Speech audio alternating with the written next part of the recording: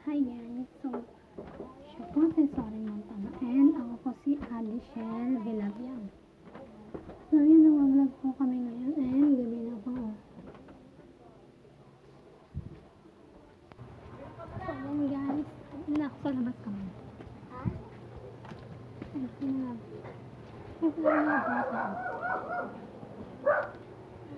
Mahal pa yun. Eh, wala naman, nandiyan sila ako. Ha?